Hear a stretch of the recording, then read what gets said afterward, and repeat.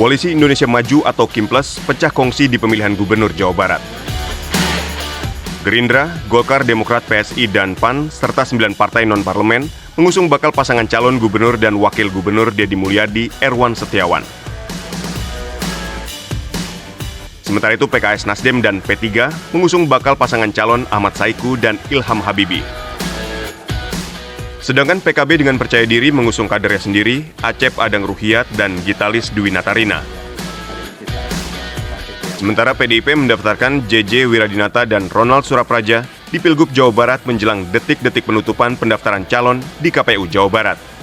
Sebenarnya Jawa Barat itu diasumsikan Ridwan Kamil banget ya sebelumnya ya. Jawa Barat itu kan Ridwan Kamil banget, elektabilitasnya, akseptabilitasnya, kapasitasnya gitu. Terus kemudian rekam jejaknya dalam membangun Jawa Barat. Tapi sekali lagi apa boleh bulat daripada gepeng. Kehendak partai jauh lebih besar daripada kehendak masyarakat itu sendiri. Itu sebab saya mengatakan bahwa sebenarnya yang kita pilih itu adalah pilihan partai-partai politik. Jawa Barat adalah lumbung suara nasional dengan daftar pemilih tetap terbanyak di Indonesia yang mencapai 35,7 juta orang. Dalam pemilihan legislatif DPRD Jawa Barat tahun 2024, Partai Gerindra menempati urutan pertama dengan perolehan 20 kursi. Di urutan kedua, Partai Golkar dan PKS sama-sama mendapatkan 19 kursi.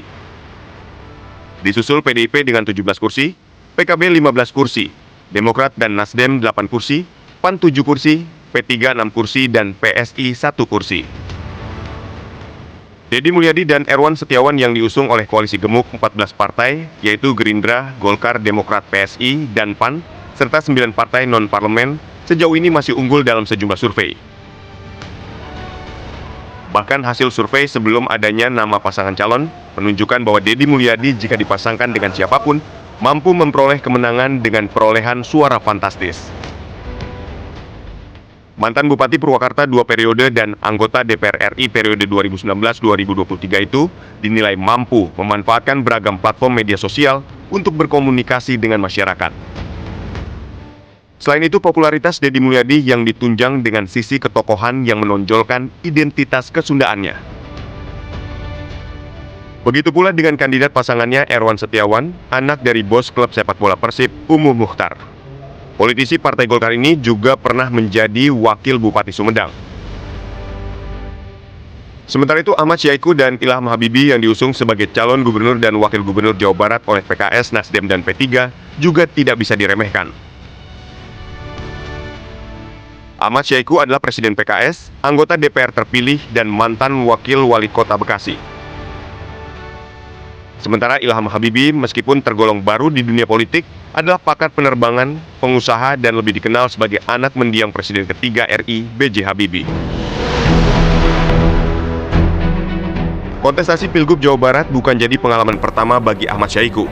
Ia pernah maju sebagai calon wakil gubernur Jawa Barat mewakili Maijen Sudrajat. Dalam pemilihan kala itu, pasangan ini memperoleh suara terbanyak kedua setelah pasangan Ridwan Kamil dan Ruzanul Ulum. Suara yang diperoleh Sudrajat dan Ahmad Saiku bahkan mengalahkan perolehan suara Deddy Mulyadi dan Deddy Miswar. Dari kontestasi Pilgub Jawa Barat sebelum-sebelumnya, mesin PKS terbukti seringkali bisa memberikan kejutan dan menghasilkan perolehan suara yang signifikan. Sementara itu PKB dengan percaya diri mengusung kadernya sendiri, Acep Adang Ruhyat dan gitaris Dwi Natarina dalam Pilgub Jawa Barat kali ini. Acep adalah Ketua Dewan Syuro DPW PKB Jawa Barat yang sempat menjabat anggota DPRD Jawa Barat selama 2 periode dan menjadi anggota DPR RI. Sedangkan Gita adalah mantan anggota DPR RI periode 2014-2019. Gita sebelumnya lebih dikenal sebagai pedangdut ternama jebolan ajang pencarian bakat KDI. Pasangan ini cukup menarik perhatian dan tampak berbeda dari pasangan lain. Acep yang memiliki latar belakang dunia pesantren dianggap bisa saling melengkapi dengan Gita yang memiliki latar belakang artis. Selain memiliki popularitas, Gita juga dianggap bisa merepresentasikan kaum muda dan menjadi daya tarik tersendiri bagi para pemilih usia muda di Jawa Barat. Gita juga menjadi satu-satunya kandidat perempuan dari 7 kandidat lain dalam Pilgub Jawa Barat kali ini. Sejumlah isu budaya dan industri kesenian serta permasalahan terkait perempuan dan anak kemungkinan menjadi isu utama kampanye pasangan Acep dan Gita. Sementara itu, keputusan PDIP yang menunjuk JJ Wiradinata dan Ronald Surapradja untuk menjadi calon gubernur dan wakil gubernur Jawa Barat cukup mengejutkan banyak pihak. Pendaftaran pasangan kandidat ini dilakukan di menit-menit akhir. Bahkan pendaftaran tersebut hanya diwakilkan dan tidak dihadiri langsung oleh keduanya. Dari sisi rekam jejak, JJ Wiradinata pernah menjabat sebagai anggota DPRD Kabupaten Ciamis selama 2 periode, Wakil Bupati Ciamis, dan Bupati Pangandaran selama 2 periode. Sedangkan Ronald Surapradja memiliki popularitas sebagai komedian, penyiar, musisi, dan aktor berdarah Sunda. Ia juga sempat mencalonkan diri sebagai anggota DPR RI Dapil Jabar 11, namun gagal melenggang ke Senayan. Pasangan dari PDIP ini punya rekam jejak politik yang sangat berbeda. JJ Wiradinata bisa dibilang punya segudang pengalaman karena merintis karir politik dari bawah, sementara Ronald adalah pendatang baru dan sebelumnya sempat dicalonkan dalam Pilwalkot Bandung.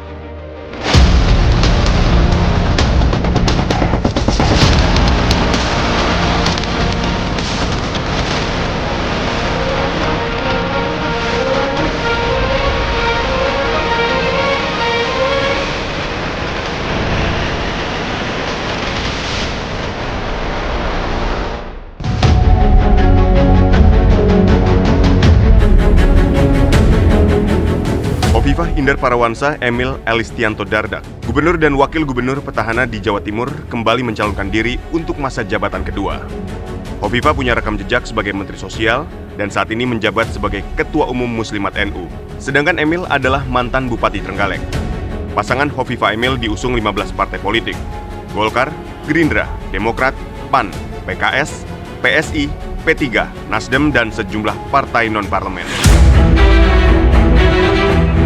Sementara itu, Tri Risma hari ini Zahrul Azhar Asumta diusung PDIP untuk maju di pemilihan Gubernur Jawa Timur 2024. Risma yang punya rekam jejak sebagai Wali Kota Surabaya dan Menteri Sosial ini didampingi kader Golkar Zahrul Azhar Asumta atau Gus Hans. Gus Hans adalah sosok berlatar belakang pesantren dari lingkungan NU. Sedangkan Lulu Nur Hamidah Lukmanul Hakim diusung PKB pada pemilihan Gubernur Jatim 2024. PKB sangat percaya diri dengan memasangkan 2 kadernya sendiri. Lulu Nur Hamidah adalah Ketua DPP PKB yang juga anggota Komisi 4 DPR RI periode 2019-2024. Lulu juga menjadi anggota Badan Legislatif di DPR RI, sedangkan Lukmanul Hakim adalah anggota DPR RI dari fraksi PKB yang mewakili Dapil Jatim 9. Ia juga menjadi Ketua DPP PKB bidang perindustrian dan perdagangan. Pemilihan Gubernur Jawa Timur kali ini tampaknya akan menarik karena ketiga bakal pasangan calon memiliki kemiripan dengan calon gubernur perempuan dan calon wakil gubernur anak muda. Secara umum, Hovifah Emil memiliki banyak keunggulan sebagai petahana. Hal ini diperjelas dengan adanya respon dari partai penantang mereka yang terlihat ragu dalam memutuskan calon kandidat yang akan mereka usung. PDIP akhirnya memutuskan mengusung Risma untuk dipasangkan dengan Gus Hans yang berasal dari Partai Golkar, partai yang mengusung Hovifah Emil dalam Pilgub Jatim kali ini. Sementara itu, meski terlihat sangat percaya diri, namun PKB justru memilih Lulu yang lebih banyak berkiprah di Jawa Tengah untuk maju sebagai calon gubernur di Jawa Timur. Namun bagaimanapun juga, pertarungan 3 perempuan calon gubernur Jawa Timur menjadi angin segar bagi demokrasi dan keterwakilan perempuan dalam pemilihan kepala daerah 2024. Berangkat dari putusan Mahkamah Konstitusi yang menganulir ambang batas pencalonan kepala daerah, partai politik menjadi lebih leluasa untuk mengusung calon tanpa harus berkoalisi, sehingga kesempatan bagi para perempuan kader partai untuk ikut berkompetisi pun kian terbuka. Hovifah adalah politisi senior yang tidak hanya pernah menjadi Gubernur Jawa Timur, namun juga Menteri Sosial, Menteri Pemberdayaan Perempuan, anggota DPR, serta aktivis Nahdlatul Ulama yang kini menjabat sebagai Ketua Umum Muslimat NU. Sedangkan Risma adalah Menteri Sosial sekaligus mantan Wali Kota Surabaya yang dikenal tegas dan punya rekam jejak mengubah wajah kota Surabaya menjadi lebih humanis dan modern. Sementara itu, Lulu adalah anggota DPR sekaligus aktivis muda NU yang juga turut memperjuangkan Undang-Undang Tindak Pidana Kekerasan Seksual serta menolak pengesahan RUU Pilkada. Sejumlah hasil survei juga menunjukkan Sekitar 70% pemilih di Jawa Timur relatif terbuka terhadap pemimpin perempuan. Para responden dalam survei tersebut setuju jika perempuan menjadi pemimpin daerah, baik sebagai gubernur, bupati maupun wali kota. Rekam jejak dan karakter kepemimpinan menjadi alasan yang paling banyak disebutkan dalam memilih pemimpin di Jawa Timur. Kayaknya yang lebih menonjol pada dua figur ya, Hovifa dan Risma ya, gitu yang lebih menonjol ya, yang lebih menonjol. Pertarungan akan sangat keras di Jawa Timur gitu, tergantung pada kerja partai dan bagaimana suplai dukungan dari relawan yang nanti akan membantu pemenangan kepada dua. Dan yang menariknya dua-duanya perempuan. Dua-duanya sudah menunjukkan jati dirinya pernah memimpin Jawa Timur, Bu Hovifa di provinsi, Bu Risma di kota. Tapi gerak kerja yang begitu cepat, tegas, Bu Risma kayaknya lebih cocok jadi kepala daerah daripada jadi menteri gitu kan. Dia jadi menteri itu lebih terkungkung, imajinasi politiknya kayaknya lebih terkungkung ketimbang dia jadi kepala daerah. Kembali lagi kepada kerja partai sebenarnya ya, Kezia ya. Sekuat apapun figur, memang kerja partai perlu menopang. Karena banyak sekali peristiwa-peristiwa bagaimana pertarungan politik. Jika partai politiknya hanya setengah hati mendukung, maka peluang untuk kemenangannya jauh lebih jauh untuk datang. Populasi penduduk Jawa Timur adalah terbesar kedua di Indonesia setelah Jawa Barat. Jumlahnya mencapai 41,14 juta jiwa dengan rasio jenis kelamin 99,52%. Dari total penduduk Jawa Timur tersebut, generasi pre-boomer berusia 75 tahun lebih sebanyak 2,75%. Generasi baby boomer berusia 56 sampai 74 tahun 14,81%. Generasi X berusia 40 sampai 55 tahun 23,96%. Generasi milenial berusia 24 sampai 39 tahun 24,32%. Sedangkan generasi Z yang berusia 8 sampai 23 tahun mencapai 24,80%. Mayoritas penduduk Jawa Timur adalah suku Jawa yang menyebar hampir di seluruh wilayah. Pasangan Hovifa Emil terpilih sebagai gubernur dan wakil gubernur Jawa Timur setelah memenangkan pemilihan kepala daerah pada 2018. Saat itu pasangan Hovifa Emil diusung koalisi Partai Demokrat, Golkar, Hanura, P3, PAN, dan Nasdem. Mereka memperoleh 10.465.218 suara atau 53,55% dari total suara pemilih. Sedangkan lawan mereka pasangan Saifullah Yusuf Putih Guntur Soekarno yang diusung koalisi PDIP, PKB, PKS, dan Gerindra memperoleh 9.076.014 suara atau 46,5%. Sementara itu dalam pemilihan legislatif tahun 2024 di Jawa Timur, PDIP meraih kursi terbanyak DPR RI yakni 19 kursi. PKB di posisi kedua dengan 18 kursi, sedangkan dalam pemilu legislatif DPRD Jatim, PKB meraih kursi terbanyak di DPRD Jatim dengan 27 kursi, sementara PDIP meraih 21 kursi. Berdasarkan peta politik dan rekam jejak para kandidat, pertarungan para nyai untuk merebut suara pemilih di Pilgub Jawa Timur yang didominasi kalangan pesantren tampaknya akan berlangsung cukup ketat.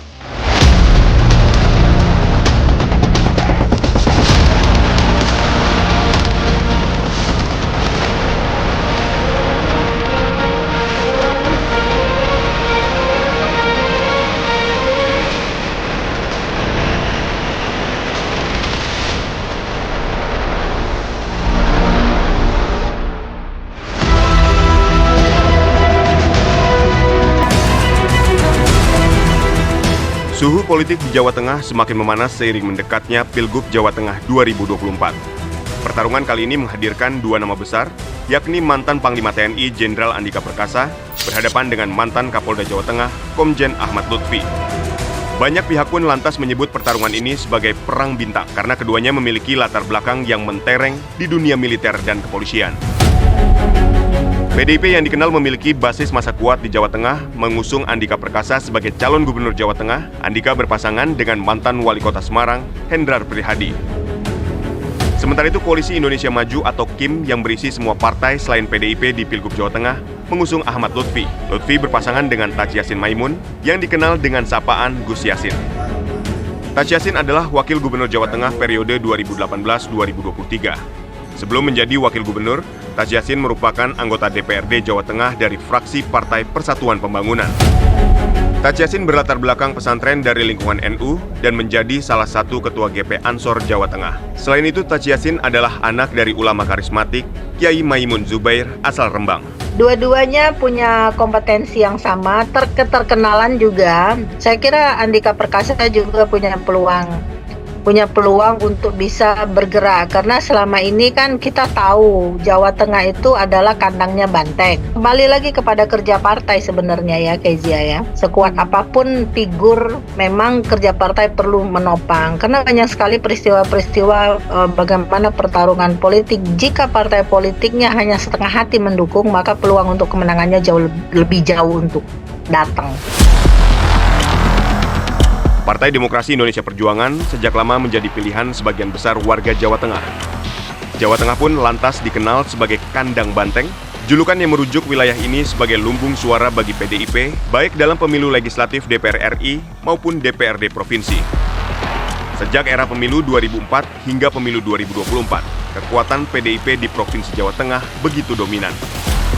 Hasil pemilu legislatif 2024 untuk DPR RI, PDIP menjadi partai dengan suara terbanyak dengan 5.191.487 suara. PDIP unggul di 8 daerah pemilihan dan hanya kalah dari Golkar di 2 dapil lain.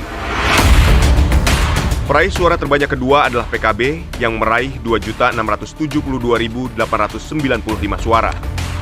Kemudian Partai Golkar di posisi ketiga dengan 2.648.583 suara, disusul Partai Gerindra dengan 2.179.011 suara.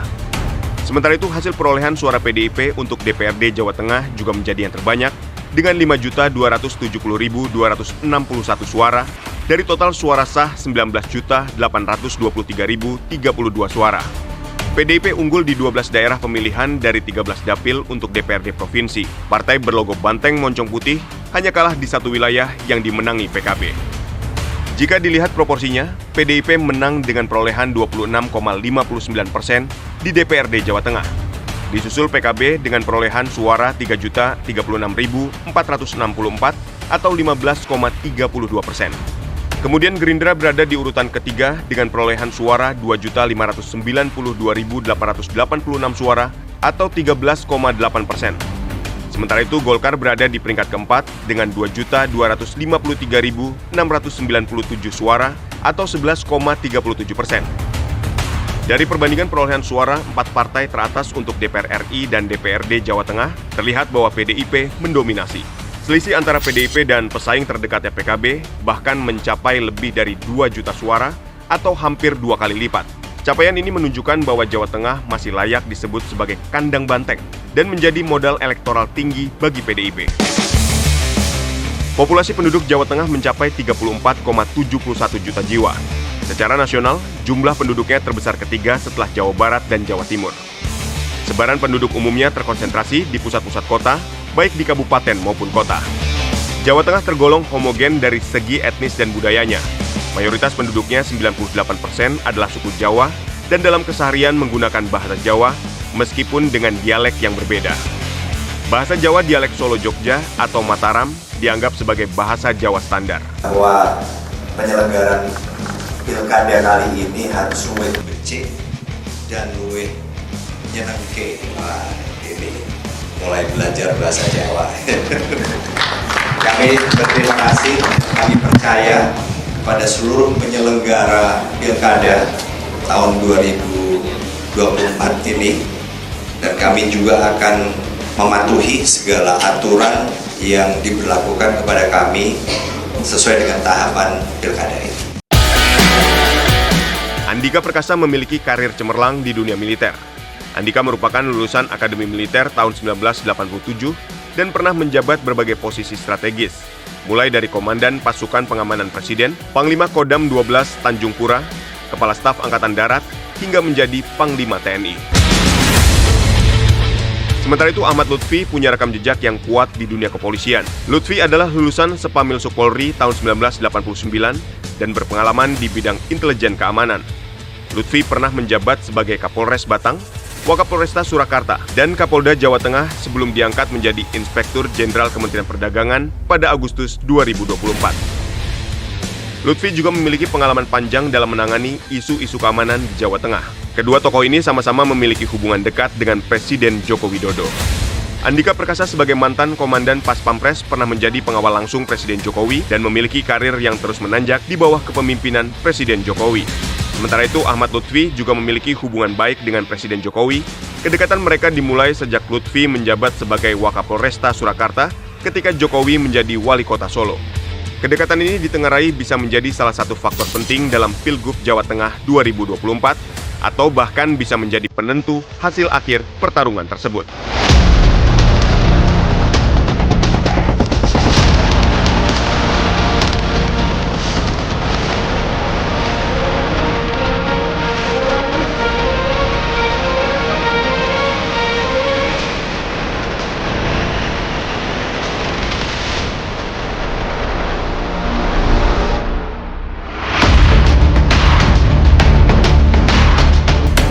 Pemilihan Gubernur Banten 2024 akan diikuti dua bakal pasangan calon gubernur dan wakil gubernur, yakni Airin Rahmidiani Ade Sumardi dan Andra Soni Ahmad Dimyati Natakusuma. Pasangan Airin Ade diusung dan didukung 7 partai politik, yaitu Golkar, PDIP, PBB, PKN, Partai Buruh, Partai Umat, dan Partai Gelora. Sedangkan pasangan Andra Dimyati diusung dan didukung Koalisi Banten Maju yang terdiri dari 10 partai politik, yakni Gerindra, PKS, Demokrat, PAN, PSI, Nasdem, PKB, P3, Partai Prima, dan Partai Garuda. Sepanjang sejarah penyelenggaraan pemilihan gubernur Provinsi Banten, terdapat tren yang berlanjut bahwa pasangan calon yang diusung oleh Partai Golkar atau berada dalam koalisi Partai Golkar selalu keluar sebagai pemenang. Pilkada Banten ini sangat menarik sekali ya, karena ada satu fenomena di mana pasangan yang diusung oleh Partai Golkar itu selalu muncul sebagai pemenang. Dan fenomena ini sangat terkait dengan data historis yang dimiliki oleh Provinsi Banten.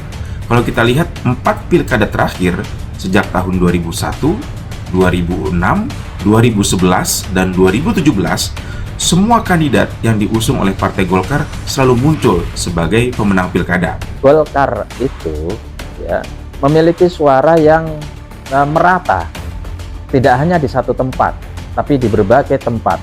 Itu yang kemudian memberikan dukungan untuk jalannya mesin politik yang dimiliki oleh Golkar di Banten.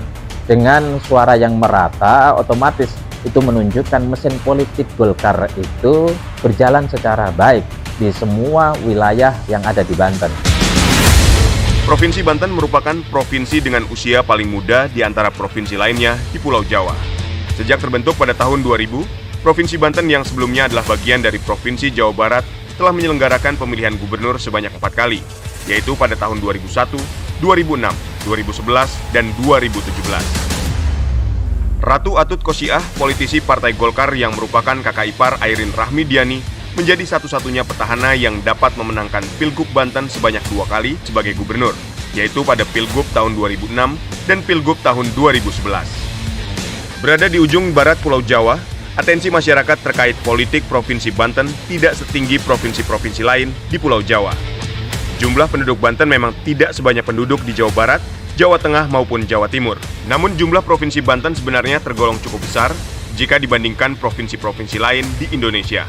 Dengan sekitar 12,4 juta jiwa, Provinsi Banten menempati posisi kelima dari 38 provinsi di Indonesia. Dari jumlah tersebut, sebanyak 8,8 juta penduduk tercatat dalam daftar pemilih tetap pada penyelenggaraan pemilihan umum 2024. Provinsi Banten telah melaksanakan pemilu legislatif sebanyak 5 kali, yaitu pada tahun 2004, 2009, 2014, 2019, dan 2024. Selama 5 kali pelaksanaan pemilu legislatif tersebut, tidak ada satupun partai politik yang mampu mempertahankan kemenangannya selama 2 edisi pemilihan umum berturut-turut. Kemenangan Partai Golkar di Provinsi Banten pada pemilu 2024 menjadi kali kedua perebutan suara di Provinsi Banten tidak dimenangkan oleh partai pemenang pemilu legislatif tingkat nasional. Sebelumnya sejak pemilu tahun 2004 hingga 2014, pemilu legislatif di Banten selalu dimenangkan oleh partai pemenang pemilu legislatif nasional. Tahun 2019 menjadi pemilu pertama ketika partai pemenang pemilu nasional tidak berhasil meraih kemenangan di Provinsi Banten. Di sisi lain, terdapat catatan menarik dalam sejarah pemilihan kepala daerah Banten yang kerap kali identik dengan koalisi 2 partai besar, yakni Golkar dan PDIP. Dalam perjalanan sejarah suksesi kepemimpinan di Provinsi Banten, Partai Golkar selalu bersama dengan PDIP dalam mengusung pasangan calon untuk maju dalam pemilihan gubernur dan wakil gubernur Banten. Pada Pilgub 2024 ini misalnya, pasangan Airin Rahmidiani Ade Sumardi diusung oleh koalisi Golkar dan PDIP. Koalisi mesra antara Golkar dan PDIP juga tercatat pernah terjadi pada Pilgub Banten 2006. Kala itu Golkar bersama PDIP dan sejumlah partai lainnya mengusung pasangan calon gubernur Ratu Atut Khosyihah dan calon wakil gubernur HM Masduki. Hasilnya pasangan yang diusung Golkar dan PDIP ini menang dengan mengalahkan 3 pasangan calon lainnya. Duet apik Golkar PDIP dalam mengusung pasangan Cagup-Cawagup pada Pilgub Banten terus berlangsung. Pada Pilgub Banten 2011, Golkar bersama PDIP mengusung pasangan Ratu Atut Khosyihah Rano Karno. Hasilnya, pasangan Ratu Atut Khosyihah Rano Karno menang dengan mengalahkan 2 pasangan calon lainnya dalam kontestasi tersebut. Perceraian koalisi antara Partai Golkar dengan PDIP dalam sejarah Pilkada Banten terjadi pada Pilgub Banten 2017. Kala itu PDIP bersama Nasdem dan P3 mengusung pasangan Rano Karno Mbai Mulya Syarif. Sedangkan Golkar mencalonkan Wahidin Halim dan Andika Hazrumi. Hasilnya Pilgub Banten 2017 dimenangkan oleh pasangan Wahidin Halim Andika Hazrumi dengan perolehan suara sebesar 50,95%. Menjelang pemilihan Gubernur Banten 2024, sejumlah survei menunjukkan elektabilitas tertinggi dipegang oleh Airin, kemudian diikuti Wahidin Halim dan Rano Karno. Namun Wahidin memutuskan untuk batal maju kembali sebagai Cagup Banten, sedangkan Rano Karno memilih maju sebagai Cawagup Jakarta. Sejumlah catatan menarik juga terjadi pada proses pencalonan mantan Wali Kota Tangerang Selatan, Airin Rahmidiani, yang mendapatkan elektabilitas tertinggi untuk maju dalam pemilihan Gubernur Banten 2024. Awalnya Golkar memberikan rekomendasi kepada Airin, meskipun akan bertarung dengan rekan partai dalam koalisi Indonesia Maju yang mengusung Andra Soni sebagai calon gubernur. Karena ditinggalkan oleh Kim pada Pilkada Banten, Golkar membuka peluang koalisi dengan PDIP untuk mengusung Airin Ade Sumardi dalam Pilgub Banten 2024. Ade Sumardi merupakan Ketua DPD PDIP Banten. Namun setelah terjadi pergantian Ketua Umum Golkar, posisi Golkar berubah.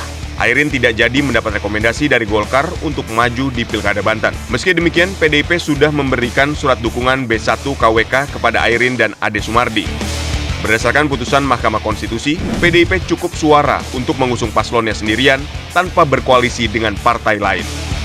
Namun di menit-menit terakhir, Golkar secara mengejutkan mencabut dukungan dari Andra Soni dan mengalihkan dukungan kembali ke pasangan Airin Ade, sehingga dalam masa pendaftaran, Airin Ade secara resmi didukung oleh Golkar dan PDIP.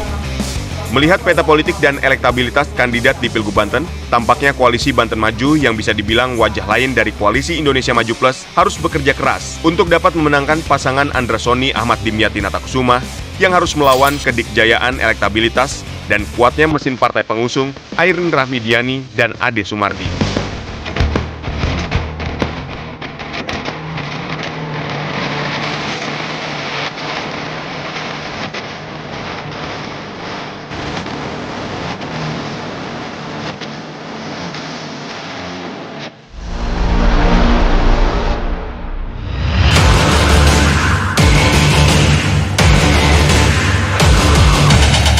Pada Pilgub Jakarta 2024, PDI Perjuangan memutuskan untuk mengusung pasangan Pramono Anung dan Rano Karno.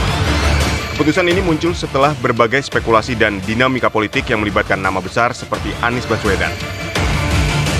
Awalnya Anies Baswedan, mantan Gubernur DKI Jakarta periode 2017-2022, diisukan akan diusung oleh PDIP, terutama setelah putusan Mahkamah Konstitusi yang memperlonggar aturan ambang batas pencalonan. Isu ini semakin menguat ketika Anies datang ke kantor Badan Kebudayaan Nasional di Jakarta pada 26 Agustus 2024 dan bertemu dengan Rano Karno. Pertemuan ini sempat memicu spekulasi bahwa keduanya akan dipasangkan untuk Pilgub Jakarta. Pada akhirnya PDIP tidak mengusung Anies, namun justru memilih pasangan Pramono Anung Rano Karno. Sementara itu Ridwan Kamil, mantan Gubernur Jawa Barat, dan Suswono, mantan Menteri Pertanian, juga diusung sebagai calon gubernur dan wakil gubernur Jakarta pada Pilkada 2024. Pencalonan Ridwan Kamil dan Suswono ini didukung oleh Koalisi Indonesia Maju dan sejumlah partai politik lainnya, termasuk PKS, Nasdem, PKB, dan P3. Selain itu terdapat satu pasangan calon yang mendaftar melalui jalur independen, yaitu pasangan Dharma Pongrekun dan Kunwardana. Meski pemerintah telah menetapkan rencana pemindahan ibu kota negara ke IKN, Jakarta masih menjadi pusat ekonomi nasional. Tidak heran, perebutan kekuasaan politik di Jakarta selalu menarik perhatian publik nasional. Jakarta tuh selalu menjadi epicentrum yang menarik buat perpolitikan kita, apalagi banyak tokoh-tokoh nasional tuh dihasilkan pada saat mereka masuk ke dalam konstelasi politik nasional yang adanya di Jakarta. Pak Jokowi, Pak Prabowo, Ibu Mega, SBY itu adalah tokoh-tokoh yang masuk dalam konstelasi nasional yang berada di Jakarta. Nah, sebagai ibu kota, walaupun saat ini statusnya hanya daerah khusus gitu ya, karena si Jakarta ini nampaknya dicabut status ibu kotanya, tapi tetap saja menjadi epicentrum yang menarik para politisi untuk bisa bersaing dalam kompetisi nasional di Jakarta.